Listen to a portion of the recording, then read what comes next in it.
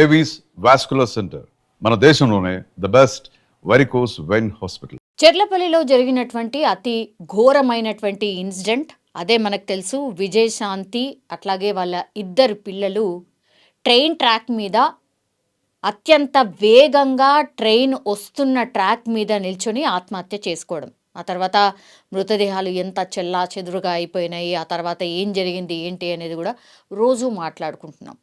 Actually 30 తారీఖున జరిగినటువంటి incident అది. అంటే 29, 30 ఎర్లీ మార్నింగ్ అవర్స్ కాబట్టి 30లో పడతాం.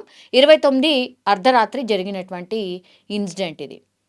అసలు ఎంత భయంకరం అంటే ఎక్కడా ఎవరికి ఏ క్లూ లేకుండా ఇంకా మిస్టీరియస్ డెత్గానే ఇంకా కూడా ఉంది స్టిల్. మనం ఈరోజు ఉన్నది 6వ తారీఖు కదా, 8 రోజులు అవుతుంది, దగ్గర దగ్గర 6 నుంచి 7 రోజులు అవుతుంది. ఇప్పటికీ కూడా ఒక్క క్లూ లేదు, ఏమీ లేదు. పోలీసుల ఇన్వెస్టిగేషన్ నడుస్తోంది, అటేమో ఫ్యామిలీ మెంబర్స్ అందరినీ అడుగుతున్నారు అసలు ఏం జరిగింది ఏంటి అనేది. లాస్ట్కి వస్తే అంటే ఫిజికల్గా ఏ క్లూ కనబడలేదు కాబట్టి పోలీసులు ఏం చేశారు, ఇప్పుడు విజయశాంతికి సంబంధించిన ల్యాప్టాప్ అట్లాగే ఫోన్ని ఫోరెన్సిక్కి తరలించి ఒక రిపోర్ట్ని తెప్పించుకుంటున్నారు. అంటే గతంలో తను ఎవరితోనైనా మాట్లాడినటువంటి ఫోన్ కాల్స్ ఏమైనా ఉన్నాయా, ఆమెకి ఏమైనా థ్రెటనింగ్ కాల్స్ ఏమైనా వచ్చాయా, ఇట్లా ఈ కోణంలో దర్యాప్తు అయితే చేస్తున్నారు. సింగిల్ క్లూ కూడా అటు వాళ్ళ అమ్మ ఇంట్లోనే ఉంటుంది, అంటే విజయశాంతికి వాళ్ళ అమ్మ వాళ్ళతో పాటే ఉంటుంది, ఎందుకంటే వాళ్ళ హస్బెండ్ దుబాయ్లో ఉంటాడు కాబట్టి. ఆయన వెళ్ళి కూడా 3-4 సంవత్సరాలు అయింది అని అందరు చెప్తున్నారు, కానీ నో, ఆయన వెళ్ళి కూడా కేవలం 14 నెలలు మాత్రమే అవుతోంది. అండ్ రెగ్యులర్గా టచ్లోనే ఉన్నాడు. ఆ ప్రాబ్లం కూడా అసలు ఏ మాత్రం కూడా లేదు. ఆయన చూస్తే కూడా చాలా అమాయకంగా అండ్ వెరీ ఓపెన్ మైండెడ్గా చాలా విషయాలు ఆయన చెప్పేస్తున్నాడు. అసలు సింగిల్ క్లూ లేదు. తర్వాత ఇప్పుడు చూస్తే మదర్, ఆ మదర్కి కూడా అసలు ఏ క్లూ లేదు, ఎవరితోని కూడా సస్పీషియస్గా ఆమె మాట్లాడలేదు. ఆ రోజు నాకు ఫోన్ చేసింది 10:30 గంటల ప్రాంతంలో, నాకు కూడా ఫోన్ చేసిందమ్మా ఇన్సిడెంట్ అయిన తర్వాత. వీళ్ళు దగ్గర దగ్గర 11:30 తర్వాత 12 మధ్యలో జరిగింది ఈ ఇన్సిడెంట్ అర్ధరాత్రి. బట్ ఆ రోజు రాత్రి చెర్లపల్లి స్టేషన్లో ఉండి 10:30 గంటల ప్రాంతంలో వాళ్ళ అమ్మకి జస్ట్ ఒక 45 సెకండ్స్ మాత్రమే కాల్ మాట్లాడింది. ఇది వాళ్ళ మదరే చెప్తోంది. జస్ట్ ఇట్లా ఒక నిమిషం కూడా మాట్లాడలేదమ్మా, కేవలం 45 నుంచి 46 సెకండ్లు మాత్రమే ఫోన్ కాల్ మాట్లాడింది. అప్పుడు కూడా నాకు ఎట్లాంటి అనుమానం రాలేదు, వస్తున్నామమ్మా అన్న మాట చెప్పింది అని తను చెప్తోంది. తర్వాత ఇప్పుడు ఇంకోటి ఏం ప్రచారం జరుగుతోంది అని అంటే, ఆ స్టేషన్లో ఉన్నటువంటి ప్రాంతంలోనే ఆమె ఎవరితోనో ఫోన్ మాట్లాడింది, విజయశాంతి ఫోన్ మాట్లాడింది, దగ్గర దగ్గర 1 గంట సేపు ఫోన్ మాట్లాడింది. అది కూడా వాళ్ళ బ్రదర్ చిరంజీవి పేరే వినిపిస్తోంది, వాళ్ళ బ్రదర్తోనే ఆమె మాట్లాడింది అనేది ఇప్పుడు బయటకు వస్తున్నటువంటి అంశం. గంట సేపు మాట్లాడాల్సిన అవసరం అనుకోండి, లేదంటే గంట సేపు మాట్లాడాల్సిన అంత సీరియస్ ఇష్యూ ఏముంది, గంట సేపు ఇప్పుడు చిరంజీవి కాకపోతే ఇంకొకరితో మాట్లాడింది, ఎవరితోని మాట్లాడింది అనేది అతిపెద్ద ప్రశ్న. ఇంత పెద్ద డిసిషన్ తీసుకుంది కాబట్టి ఏదన్నా డీపర్గా కంపల్సరీ ఏదన్నా రీజన్ ఉంటే కానీ విజయశాంతి చనిపోలేదు. ఇప్పుడు పోలీస్ వ్యవస్థ కానీ, లేకపోతే చుట్టుపక్కల వాళ్ళు కానీ, తెలిసిన వాళ్ళు కానీ, లేకపోతే ఇప్పుడు మనలాంటి వాళ్ళం కానీ, ఈ ఇన్సిడెంట్ని ట్రాక్ చేసి ఫాలో చేస్తున్న వాళ్ళం కానీ, మనకు కూడా అతిపెద్ద డౌట్ ఇదే కదా, అసలు ఏం జరుగుంటుంది మరి. ఎక్కడా క్లూ దొరకట్లేదు, ఎక్కడ చూసినా ఆల్ క్లియర్గా కనిపిస్తోంది. ఏ ఇష్యూ లేకుండా మనుషులు అట్లా వెళ్ళి అంత భయంకరంగా ఫాస్ట్గా వస్తున్నటువంటి ట్రైన్ ఎదురుగా నిల్చొని ఎవరైనా చనిపోతారా? అది కూడా ఒక్క విజయశాంతి మాత్రమే కాదు, వాళ్ళిద్దరి పిల్లలు, అది కూడా చిన్న పిల్లలు కూడా కాదు, ఇంటర్ ఫస్ట్ ఇయర్ సెకండ్ చదువుతున్నారు పిల్లల్ని వెంట పెట్టుకొని ముగ్గురు హగ్ చేసుకొని ఒక ఫాస్ట్గా వస్తున్నటువంటి ట్రైన్ ట్రాక్ మీద ట్రైన్కి ఎదురుగా నిల్చోవడం ఏంటి? ఇది అంతులేని ప్రశ్న, అంతులేని మిస్టరీ ఇక్కడే దాగి ఉంది. ఎక్కడ బయట నుంచి క్లూ రాలేదు. ఇప్పుడు ఆమె ఆఫీస్లో పనిచేస్తోంది, ఆమె ఒక టీమ్ లీడర్, సాఫ్ట్వేర్ ఎంప్లాయ్. ఆ ఎంప్లాయీలకు సంబంధించి ఏమైనా మిస్టరీ ఉందా, అక్కడ ఏమైనా ఆమె ఏమైనా ఫేస్ చేసిందా, ఆఫీస్లో ఏమైనా జరిగిందా అనే కోణంలో కూడా వాళ్ళని క్వశ్చన్ చేసిండ్రు పోలీసులు ఫిజికల్గా. అక్కడ కూడా క్లీన్ చిట్, అసలు ఆమె very very decent and very professional employee అని అక్కడ వాళ్ళు కూడా చెప్తున్నారు. ఇంటి చూస్తేనేమో అసలు మాకేం చెప్పలేదమ్మా, మా అమ్మాయి ఇంత భయంకరమైన డిసిషన్ ఎందుకు తీసుకుంటూ అని వాళ్ళే మనని క్వశ్చన్ చేస్తున్నారు. అంటే ఐ మీన్ వాళ్ళే మాట్లాడుతున్నటువంటి పరిస్థితి. ఫ్యామిలీ మెంబర్స్కి కూడా ఏ క్లూ లేదు. ఇప్పుడు పోనీ ఏమైనా ఫైనాన్షియల్ ప్రాబ్లం ఏమన్నా ఉందా అంటే అది కూడా లేదు. ఫైనాన్షియల్లీ మంచిగా ఉన్నారు, చాలా బాగున్నారు. ఒక సొంత ఇల్లుంది, ఈమె జాబ్ చేస్తుంది, వాళ్ళ హస్బెండ్ కూడా జాబ్ చేస్తున్నారు. మంచిగా ఇల్లు కట్టుకోవడమే కాకుండా ఇంకెక్కడో ప్రాపర్టీ వైజ్గా కూడా ఇంకోటి కూడా ఎక్కడో కొన్నారు రీసెంట్లీ అనేది కూడా మనకు అందుతున్నటువంటి సమాచారం. ఆమె ఇప్పుడు చెర్లపల్లి, ఆమె ఇంటి నుంచి అంటే ఆమె ఇల్లు ఎక్కడైతే ఉందో ఉప్పల్ ఇంటి దగ్గర నుంచి చెర్లపల్లి వచ్చేంత వరకు ఆమె ఎక్కడెక్కడ ఆగింది, ఏమేం చేసింది అనేది కూడా పూర్తిగా దగ్గర దగ్గర 100 సీసీ కెమెరాల్ని పూర్తిగా అంటే ఆమె కార్లో జర్నీ చేసింది కదా, పూర్తిగా ట్రాక్ చేసి 100 సీసీ కెమెరాల్ని చెక్ చేస్తే కూడా ఒక్క చిన్న క్లూ కూడా లేదు. అందుకే కదా ఇంత అసలు అనుమానాలు ఏమైనా వ్యక్తం చేద్దామా, ఎక్కడైనా చిన్న క్లూ ఉంది అంటే అది లేదు. తీరా చూస్తే ముగ్గురు ఆత్మహత్య చేసుకున్నారు.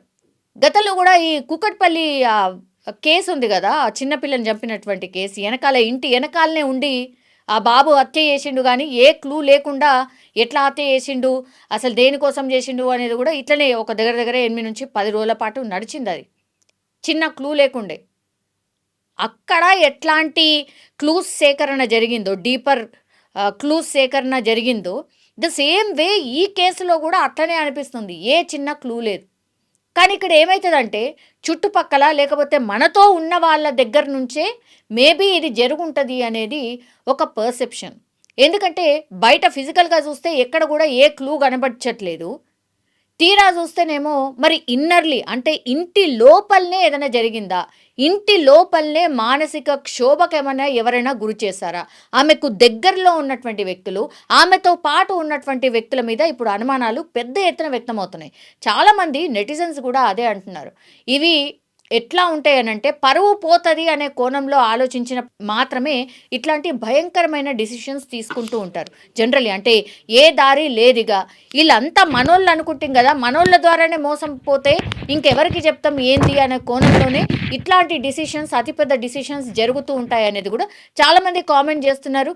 అండ్ దట్టు విశ్లేషకులు ఎవరైతే ఉంటారో, మోటివేషనల్ స్పీకర్స్ ఎవరైతే ఉంటారో వాళ్ళు కూడా అదే చెప్తున్నారు. సరే మొన్నటి వరకు కూడా లోన్లీనెస్ కూడా మేబీ కారణం కావచ్చు అనేది కూడా ఒకటి ఉంది. ఆమె లోన్లీనెస్ ఫీల్ అయితే ఇప్పుడు టీనేజ్ కదా వాళ్ళ పిల్లలకి, వాళ్ళకేంటి ప్రాబ్లం, నేను ఇట్లా ఫీల్ అవుతున్నా అని చెప్పింది. వాళ్ళు కూడా ఈ మధ్యకాలంలో మీరు చూడండి సోషల్ మీడియాలో ఎంత యాక్టివ్ ఉంటున్నారు పిల్లలు.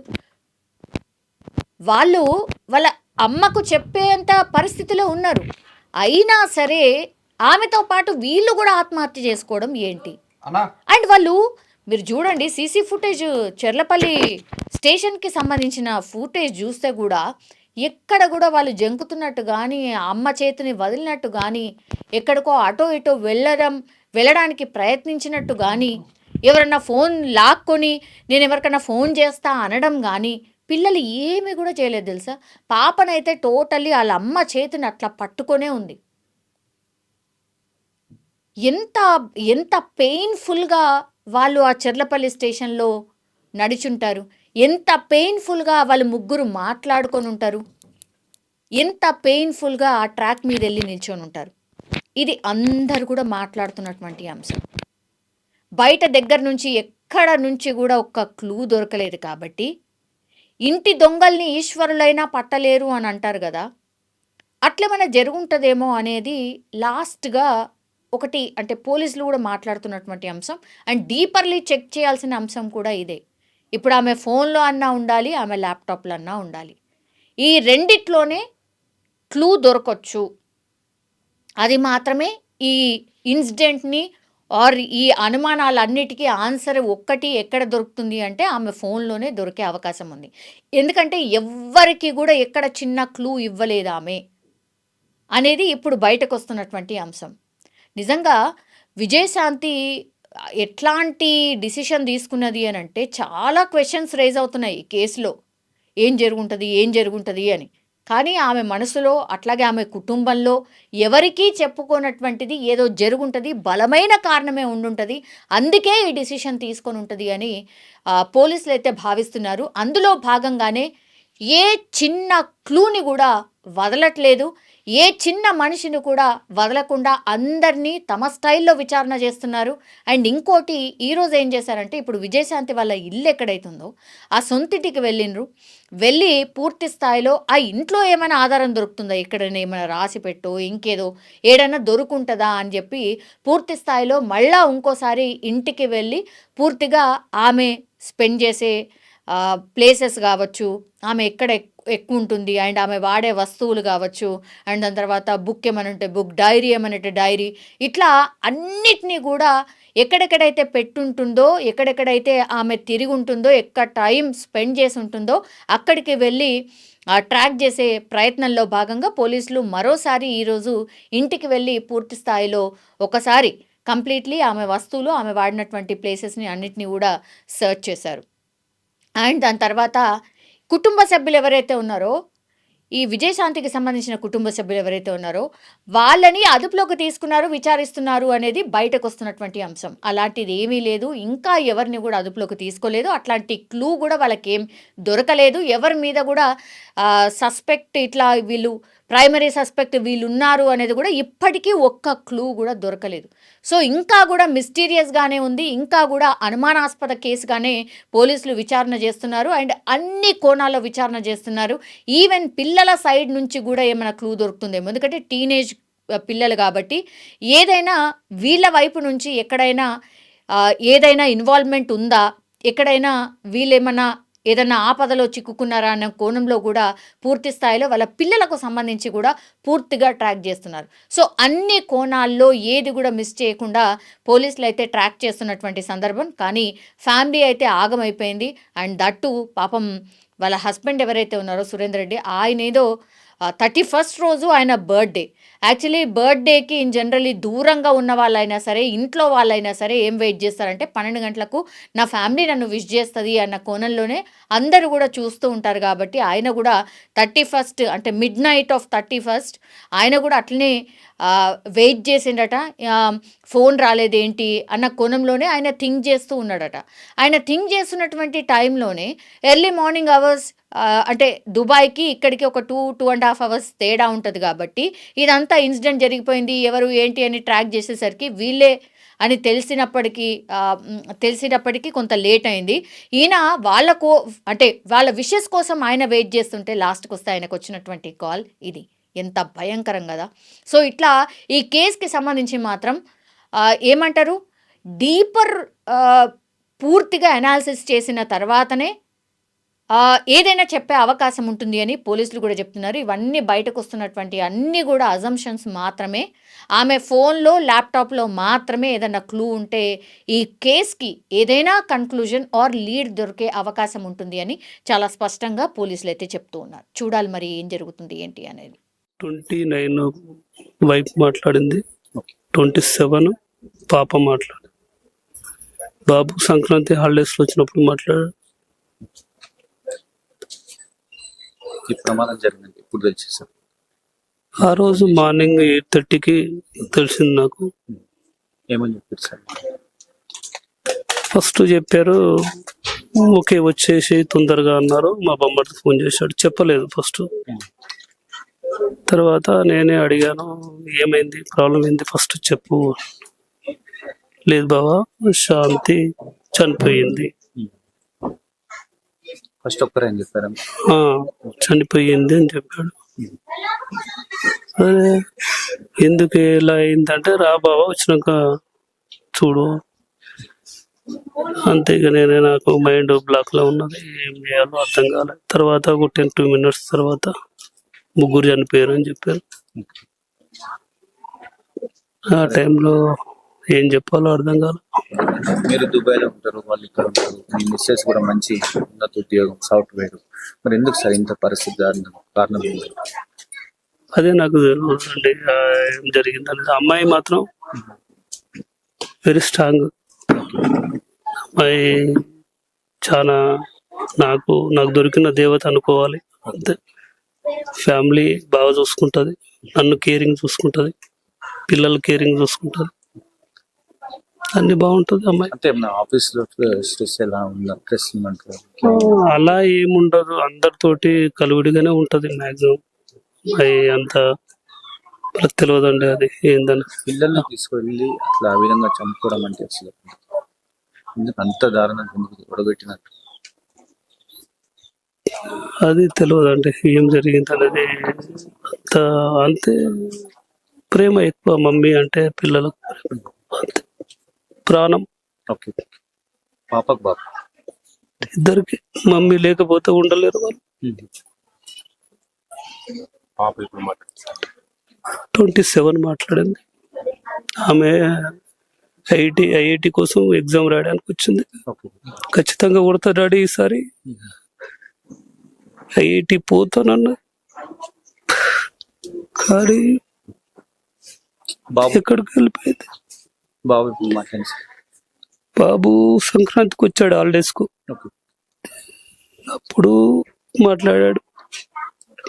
చివరిగా మీ వైఫ్ మాట్లాడినప్పుడు ఏమని చెప్పింది సార్? ఇంకేమన్నా ఏం చెప్పలేదు, నార్మల్ గానే మాట్లాడింది. నార్మల్ గా రోజు మాట్లాడేటట్టే మాట్లాడింది. అమ్మాయి ఫోన్ చేసింది, ఓకే ఏం చేస్తున్నావు అంటే ఇప్పుడు లేచాను అని చెప్పింది. సరే ఓకేరా, ఎట్లున్నావు, ఆరోగ్యం ఉందా, విశాల్ రెడ్డికి చేసావా, చెరికి చేసావా, వాళ్ళు ఎలా ఉన్నారు అని అడిగాను.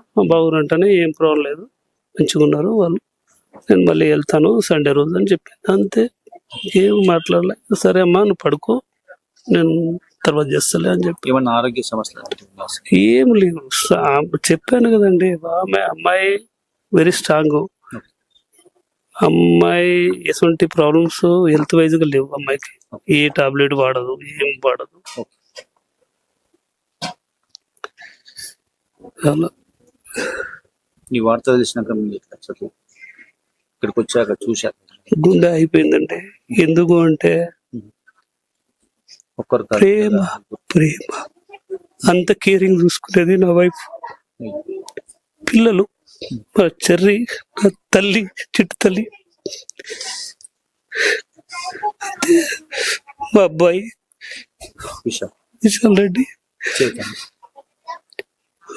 చెర్రీ అంటే చేతన్, చేతన రెడ్డి. ముద్దుగా చెర్రి అంటారు. కానీ జీవితంలో నాకు వదిలిపెట్టి వెళ్ళిపోయారు అందరు. నేను ఎవరు ఇష్టపడ్డానో వాళ్ళే లేరు. అంతే.